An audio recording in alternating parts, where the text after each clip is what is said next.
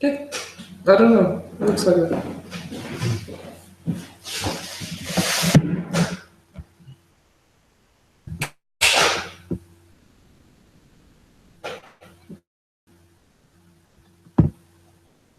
Just the link. It looks like it's live, but you're not seeing it.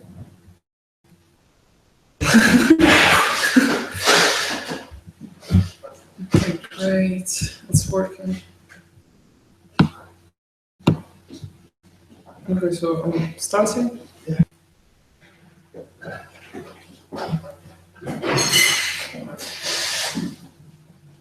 Okay, so today I will tell everyone why I decided to go study abroad. Um, well, I'm going to introduce myself first. My name is Anne. Originally, I'm from Estonia. And when I was 16, I decided to move to England, Reading. And I moved there by myself. And my parents stayed back in Estonia. I lived in a foster family. So basically, people that had to get paid to look after me. My original decision was because I didn't want to continue my education program.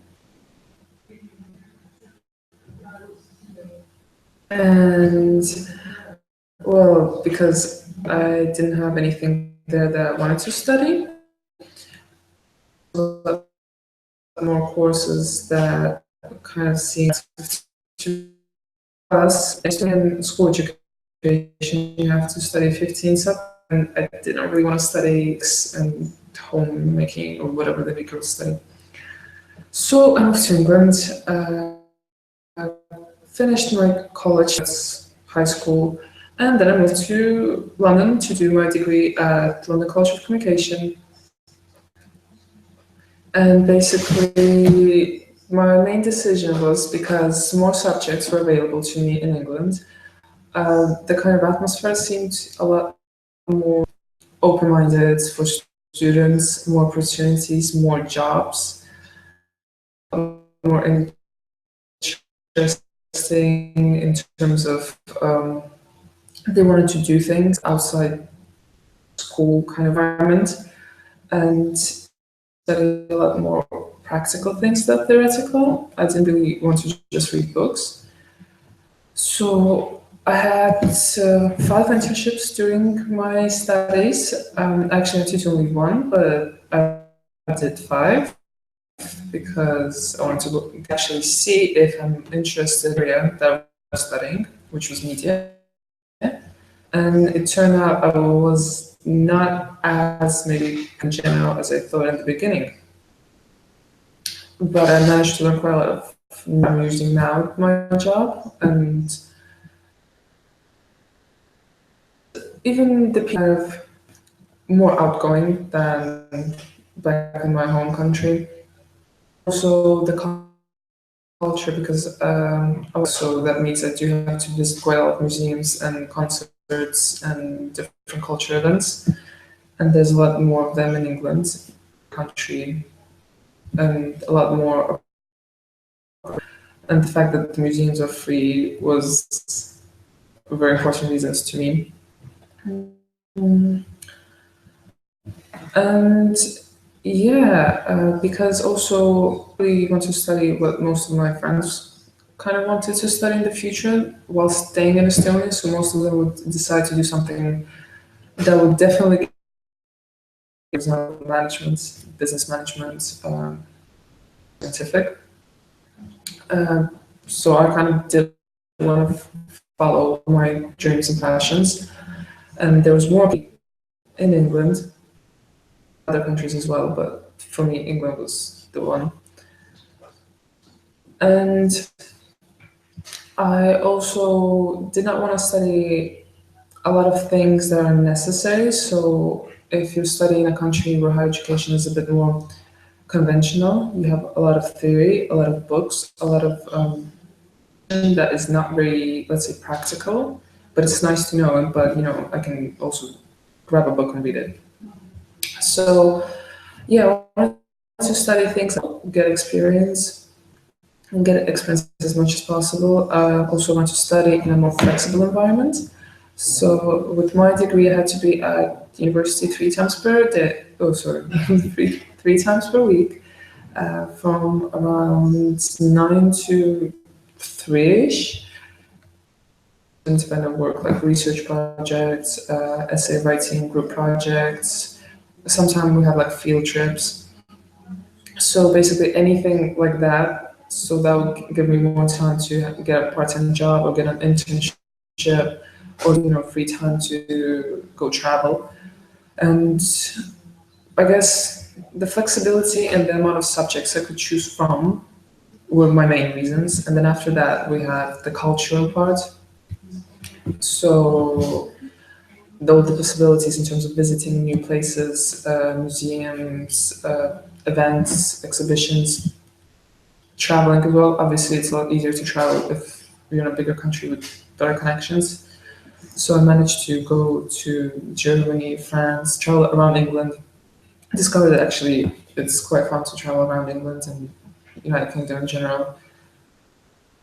And also, friends played a big role as well in my decision, because a lot of my friends were moving to different countries, but most of them were planning to do it after high school. In my case, I just got a bit bored of high school in Estonia, something, and I was very, very determined to do that. So I did. And what else? Why would I decide to study? Well, also how the courses are taught. So I wanted to do practical things, but also I like to write a lot. Back in my home country, I did not have a lot of chance to develop my writing skills, because most of my essays would be around 500 words, maybe a little bit more. But even in terms of structure, they were quite simple, very, very basic. In England, I had to actually I struggled quite a lot to write proper essays, how to analyze in the essay, how to like show a valid point, referencing, and all of that. And before I started my course, I kind of thought I was very bad at writing. I never gotten any kind of positive commentary towards it. Usually my grades were not that good. To grammar, I'm not the best, as in commons and stuff like that. But I always used to have ideas and I wanted to develop them. Coming from a very conventional education system, I didn't have that chance. While I managed to develop it quite well in England, and I had a journalist teacher who was very encouraging, and that was the first time I actually heard that I have good ideas, that like my ideas can be developed into better, I could do better. It's also, being treated as an kind of maybe not an equal, but adult, younger age, and getting some positive encouragement, and people trying to push me to do better was also things that did make me think that I want to study abroad. Because I kind of, I'm one of those people, if the environment around me is not encouraging, or the people around me are not very passionate about what they do, they're just kind of going to their jobs to tell me something about history, but not really caring, I was interested as well.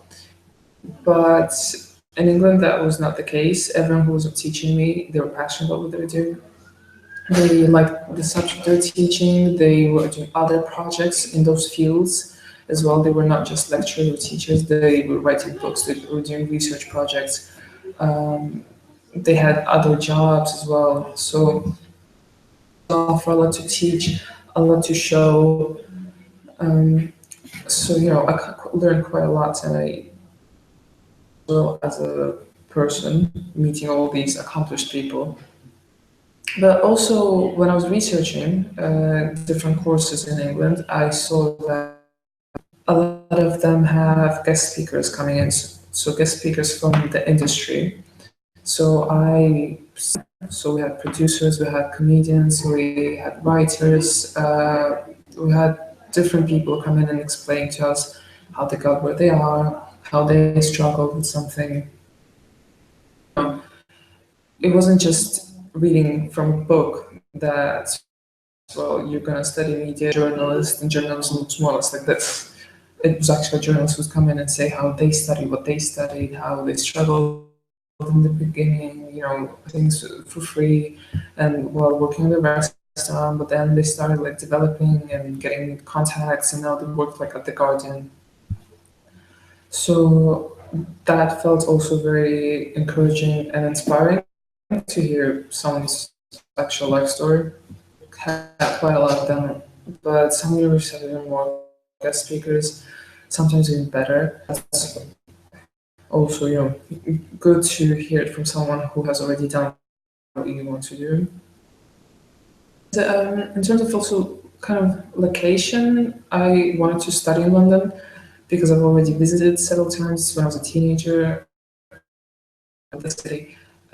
So that kind of did play a role as well a little bit in my decision, because I just felt that the atmosphere, that everyone is being very, kind of fast, everyone's moving around, everything's happening, but no one's just sitting on one place. That was also very kind of nice to hear, because I come from a very quiet place, let's call it that way. It's very peaceful, everything's very calm. And so, people get very, I don't even know how to call it, they get very, they do things slowly, but moving there, I learned to be faster, to kind of grab any opportunity that's coming my way, not saying no to any new experiences. Sometimes that's your only chance to try something new out. So that would be the main things, basically, that why, what abroad, and why I did study abroad. But also, at that point, I did not really think about my future as much, where I'm gonna be like in 5 years, 10 years. But now, after I graduated and I've been traveling and living in another country, I see that my education is helping me a lot in terms of I have an English education, so getting a job is easier, and it doesn't matter where I'm gonna live or I'm living now.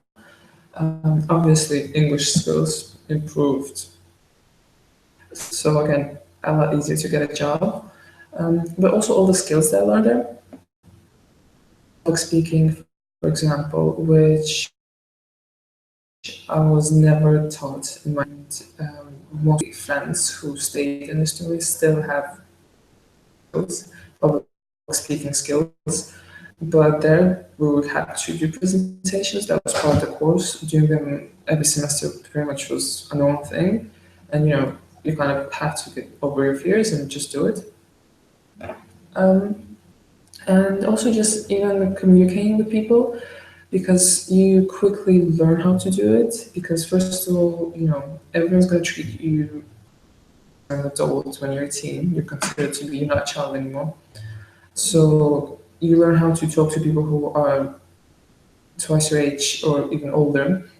And sometimes, your teachers would want to kind of, if you have an event at university, and you learn how to people who are older than you, with different people from different backgrounds, because everyone are places. So that helps in me now in my job, and I think kind of anyone I know and everyone I know who's studying in England, it helps them know a lot. And a lot of those I studied with our my friends, they moved back to their home countries or other countries. Problems with adjusting. We have no problems with moving. We have no problems with new environments. So we're very quick to adapt. And a lot of employers are looking for that. And we have no problems with traveling if that's part of the job. It's because most of us would speak more than one language, and we already had to travel to study somewhere, so we know how to get what we need. And also because you have to communicate a lot on a kind of professional level during your studies, and not only just to email your lecturer to ask for something, but actually meet with him. And if you have any questions, you have to ask them, but you cannot do it in a childish way as we do it in school. So yeah, that was probably the best choice that I've made in my whole entire life, and maybe the second best choice. I'm not sure yet. Um, I do not think I would be where I am now if I did not study abroad. I would not have met the people that I have, all the experience that I have. I would not have, seen the parts of the world that I've seen now. And I don't think I would have as interesting life as I have it now. And even as a person, I was a very shy person. I was a very quiet person. I had a passion, like potential, and I was going, but more quiet because I studied abroad and that I previously mentioned. I I'm not the same person anymore. Not shy. Doing public speaking presentations comes easy and naturally now. Um, and so anyone who's thinking to go study abroad, I would encourage them or you. And I think why not? Like, what's the worst that can happen? Well, you're gonna run out of money. Well, you'll get a job. You won't like it there. You can always come back home. So nothing scary about it, to be honest. Maybe the first month is a bit kind of, I don't know, because you have to adapt a lot and make new friends. But otherwise, it's a cool experience that they have. Everyone should go travel, live in another place. Family kind of a little bit behind for a while to, become independent, depending on your mom to do everything for you. Well, it was the best experience of my life. I see how many doors it has opened to me, how interesting my life is now because of all the opportunities that I have now because I studied abroad in UK and have all these connections and this experience and these skills that I would just not get in my home country. So anyone who's thinking about it, completely encourage it, do it. Don't even worry about it too much. Everyone manages, so will you. So okay, that was it. First webinar.